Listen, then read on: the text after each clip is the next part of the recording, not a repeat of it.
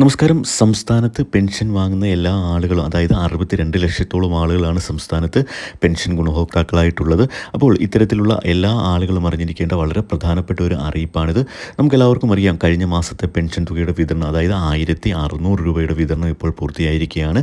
കൈകളിൽ പെൻഷൻ സ്വീകരിക്കുന്ന ആളുകൾക്കും അതോടൊപ്പം തന്നെ അക്കൗണ്ടുകളിൽ പെൻഷൻ വരുന്ന ആളുകൾക്കുമൊക്കെ ഈ ഒരു തുക എത്തിച്ചേർന്നിട്ടുണ്ട്.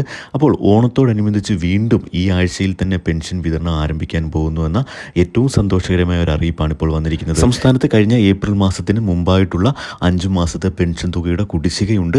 അപ്പോൾ ഈ ഒരു പെൻഷൻ കുടിശ്ശികയിൽ നിന്നും 2 മാസത്തെ പെൻഷൻ തുകയായിരിക്കും ഈ ഓണത്തോടനുബന്ധിച്ച് വിതരണം ചെയ്യുവാൻ പോകുന്നത്. ഇപ്പോൾ എല്ലാവർക്കും ഒരു സംശയമുണ്ട്, ഈ 1600 രൂപ പെൻഷൻ വാങ്ങിയ ആളുകൾക്കൊക്കെ ഈ ഒരു തുക ലഭിക്കുമോ എന്ന്. അത്തരത്തിലുള്ള ഒരു സംശയവും വേണ്ട. പെൻഷൻ ഗുണഭോക്താക്കളായിട്ടുള്ള എല്ലാ ആളുകൾക്കും, കൃത്യമായി മസ്റ്ററിംഗ് പൂർത്തിയാക്കിയിട്ടുള്ള എല്ലാ ആളുകൾക്കും ഈ ഒരു തുക അവരുടെ അക്കൗണ്ടുകളിലേക്കാണ് പെൻഷൻ വാങ്ങുന്നതെങ്കിൽ അവരുടെ അക്കൗണ്ടുകളിലേക്കും, അതോടൊപ്പം തന്നെ കൈകളിലാണ് പെൻഷൻ സ്വീകരിക്കുന്നതെങ്കിൽ അങ്ങനെയും ഈ ഒരു തുക ലഭിക്കും. ഓണത്തിന് മുമ്പായി തന്നെ ഈ ഒരു 3200 രൂപ കൂടി എത്തിച്ചേരുമെന്ന വളരെ സന്തോഷകരമായ ഒരു അറിയിപ്പാണ് ഇപ്പോൾ സംസ്ഥാന സർക്കാരിൻ്റെ ഭാഗത്തു നിന്നും എത്തിയിരിക്കുന്നത്.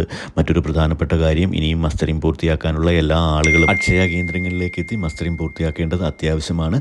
അപ്പോൾ കൃത്യമായി ഇത് ചെയ്തെങ്കിൽ മാത്രമേ നമുക്ക് തൊട്ടടുത്ത മാസം മുതലുള്ള പെൻഷൻ ലഭിക്കുകയുള്ളൂ. ഇതെല്ലാവരും ഓർമ്മയിൽ വെക്കുക. അതായത് കിടപ്പ് രോഗികളായിട്ടുള്ള ആളുകൾ ആരെങ്കിലും വീടുകളിലുണ്ടെങ്കിൽ അക്ഷയ കേന്ദ്രങ്ങളിൽ അറിയിച്ച് അവരുടെയും മസ്റ്ററിംഗ് പൂർത്തിയാക്കുവാൻ ശ്രദ്ധിക്കുക.